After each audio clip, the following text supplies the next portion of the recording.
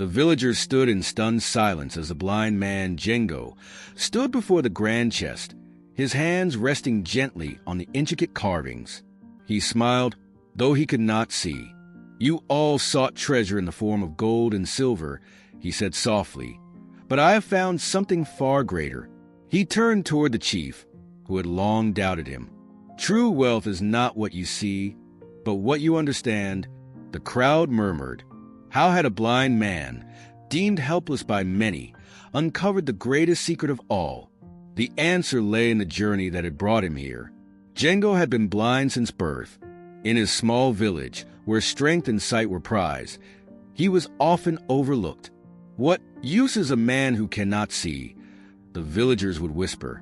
His own brother, Kofi, a skilled hunter, dismissed him. "Stay behind, Django. The world is not kind to those who cannot see."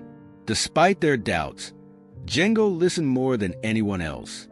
He heard the rustling of leaves before the wind arrived, sensed the shift in a person's voice before their emotions changed.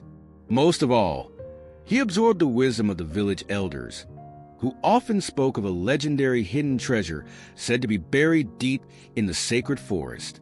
One day, the chief announced a grand challenge. Whoever finds the hidden treasure shall be rewarded beyond measure. Warriors, hunters, and the strongest men of the village set out in search of riches. Django, too, decided to embark on the journey. The villagers laughed. "A blind man seeking treasure? He will never succeed." The search was treacherous. Many were misled by glittering distractions, false trails, deceptive reflections in the river, and misleading whispers in the wind. But Django, relying on his keen sense of hearing and touch, ignored what the others saw and focused on what they could not.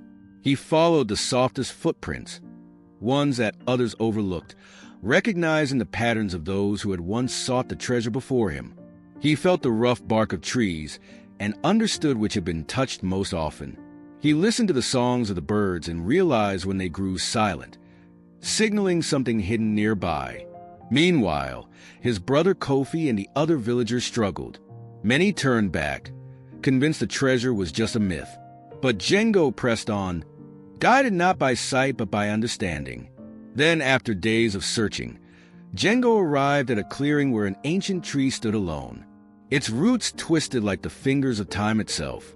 He knelt, running his hands over the ground, and felt something different, a space where the earth had been disturbed long ago. He dug with his hands, and soon he felt the edges of a wooden chest. The villagers arrived just as Django unearthed the chest. They gasped, "How could a blind man have found what we could not?"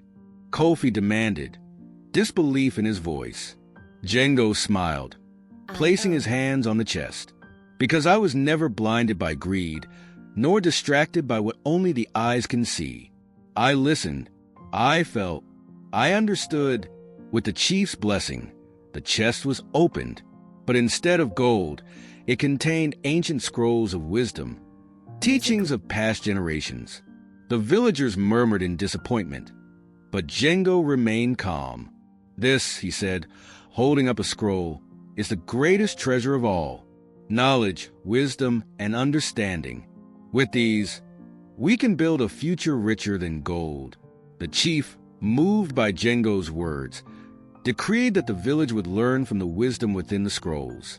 And so, Django, the man they once mocked, became their greatest teacher. Moral: true wealth is not found in gold but in wisdom. Those who look beyond the obvious and listen deeply will uncover treasures greater than riches.